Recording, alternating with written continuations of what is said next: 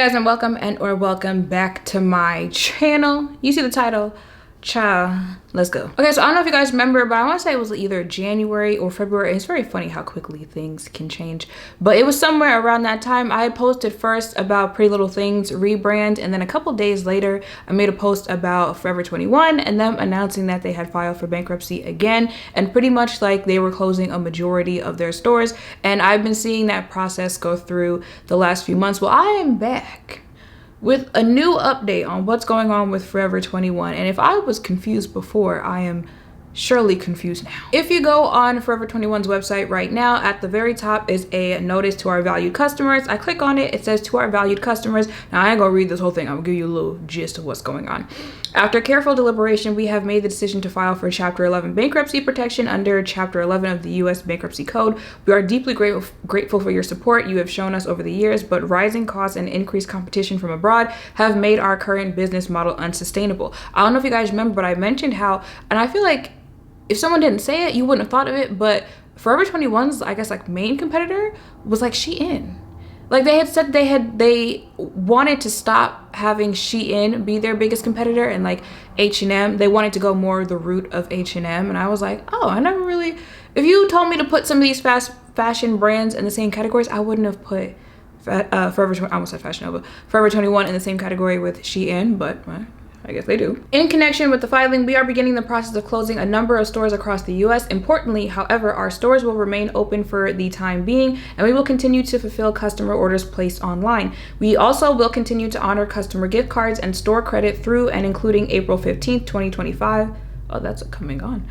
All sales both in US stores and the US website are now final. Accordingly, we will no longer be accepting returns or exchanges. Additionally, at this point, we are no longer offering new gift cards or credit cards. Hold on, my mother is calling. This process applies only to Forever 21's operations in the United States. Forever 21 stores outside of the US will continue to operate business as usual. And for questions, blah, blah, blah, blah, right? So that's a little notice that they have letting you know what's going on. That's not what has me a little bit confused. Like I said, I made the video about Pretty Little Things rebrand, and if you go on Forever 21's site, you're going to see that notice. You're also going to see that Forever 21 has rebranded. It's the rebrand that I don't understand. If you go on the website, I'm going to have it scrolling on the side as well. Forever 21 has become a like discounted price brand company. I'm not sure how that's going to work with Forever 21's outside of the US, but in the US, y'all know how one thing that you could like about Pretty Little Thing is that a lot of the times the stuff is discounted. Like, yeah, they started rising the prices on things, and I haven't been on the website since their rebrand, so I don't know about prices right now. But before the rebrand for Pretty Little Thing, yeah, they would start rising the prices. Stuff started to be like $79, $100, but Pretty Little Thing always had a discount going on. Like just leave the stuff in your basket, come back the next day, they're gonna have 50 to 60, 70, 80% off, that type of stuff, right?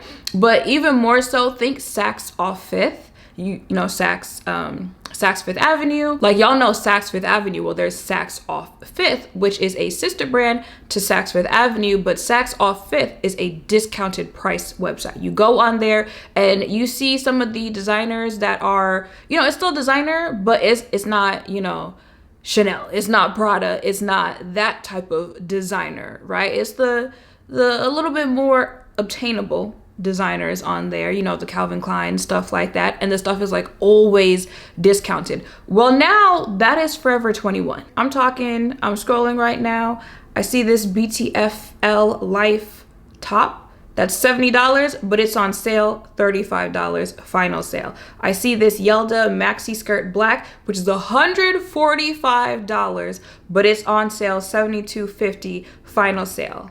Let's see, Larissa maxi dress brown multi, original price $145, but it's on sale $72.50. They actually have Calvin Klein now on Forever 21's website. I see a shirt here, original price $35, on sale $14, original price $50, on sale $20, sweatshirt, original price $90, on sale for $36.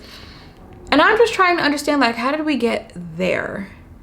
Like, I get, you know, like when your back is against the wall, you trying to figure out every option so that you don't have to shut your business down. I am assuming that business owners literally say, we are going to try everything. But I'm just trying to, like, what is the end goal of this? Is it like just get ourselves afloat, or are you going to fully immerse yourself into being that type of brand? Because if so, maybe at that point change the name.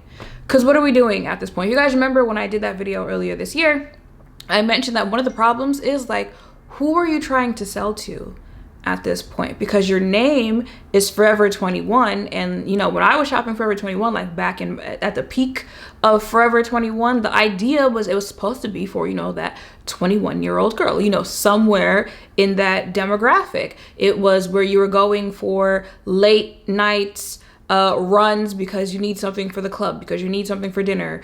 You know, maybe you need some business casual things because, you know, 21, getting fresh out of college, business casual things for interviews, stuff like that. Like, that was what it was supposed to give. And y'all know in recent years, everyone's just been like, you kind of look at Forever 21 and you're just like, I don't want to go in there. Because if you did, you were going to go in there, you're going to pick up a shirt. You're like, oh, this is a cute shirt, this is a cute jacket. And then you turn it around and it says, I take big poops on the back of it. Like, so that is when the whole who are you trying to sell to started. Because if that was the demographic you're supposed to be reaching, what young adult wants to walk around with a sweatshirt that has like dancing tacos on the back of it, right? So then people started having this idea of, oh, well, you know, it's a more juvenile store, right? Leave that to the kids. But y'all know nowadays the kids don't want to dress like that either. The kids, they're skipping right past the graphic tees, the streetwear type of wear, and going straight to the bodycon Fashion Nova. So they don't want that either. I had mentioned how this would probably be the perfect time for you to kind of rebrand, refocus, if that is still the demographic that you want to sell to, especially since Pretty Little Thing is doing this rebrand where, you know, they have gone to more elegant, classy, blah, blah, blah, blah. And we talked about how fashion usually matches the political times, and people have been moving more towards like trad wife, modesty, all that good stuff. Well, depending on who you ask. Like, now would be the time to kind of jump on that and do the same thing, but still keep like enough fun. Because you see how they was on Pretty Little Thing. I went on Pretty Little Thing's Instagram page in the comments. I was scrolling to find a positive one. Like, I got a lot of people who were like, oh, this is a good thing because I'm so tired of the BBL dressing, blah, blah, blah. But baby, the comments on their pages said otherwise. People were not happy about that. So I was like, Forever 21 could do the same thing where they could grow up a little bit because the clothing that they were selling had become just a little too juvenile. But like, you need to find that good balance in between to get back to your demographic, if that was the demographic that you wanted to keep. So I'm confused on how we got here with this being the rebrand, because it's literally like a whole 180. And then looking at it now, I'm going to assume that's not your target audience anymore, because look at the models that they're using, or well, the pictures that they're using, and you look at the pictures that they're using because of the brands that they have now brought in to sell on Forever 21's website. Those brands' target audience are not young adults, are not fresh out of college or, you know, just starting college. That the pictures look very much, and actually the clothes themselves look like Real Housewives of New Jersey. Like, that's what it looks like they're selling to, and that's what it looks like who would be interested in that. So it's like, maybe I don't know, call it Forever or something. Forever here. Y'all still here? You're still here. But yeah, it don't give 21, it don't give 25, it don't give 30. Maybe 35, 40.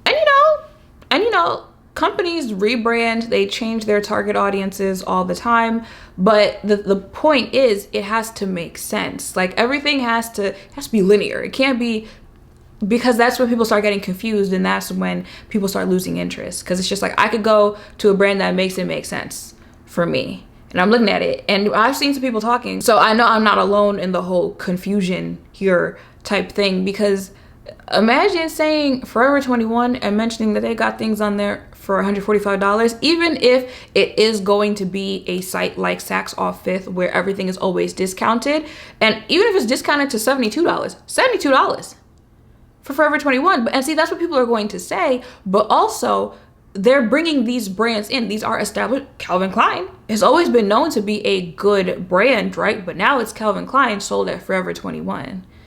So there's a disconnect there. So we're gonna have to have more with this rebrand for it to make sense. And maybe they're working on that. They're going through bankruptcy, so they've got a lot going on right now. But you might have wanted to like roll this out at once. If you were gonna do a name change, if you were gonna do all of that, maybe it would have been best to roll all of that out at once so that it made more sense. However, they are still operating. They are still selling stuff. And at this point, it could be well, no one was buying the taco shirts.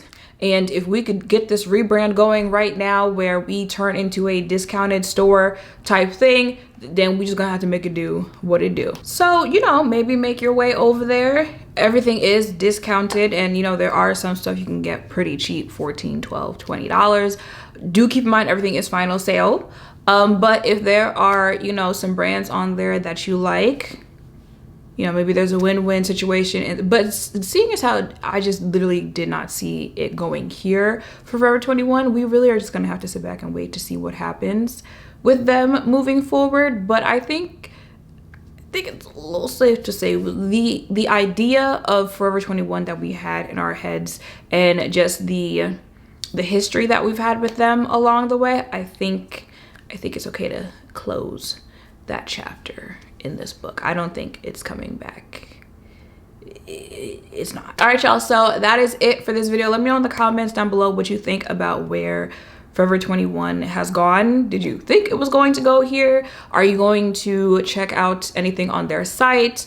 Did you ever stop using them? Why? Let me know all that in the comments down below. Make sure to thumbs up, comment, subscribe, notification bells down below. Thank you all for watching. I'll see you in the next one. Bye.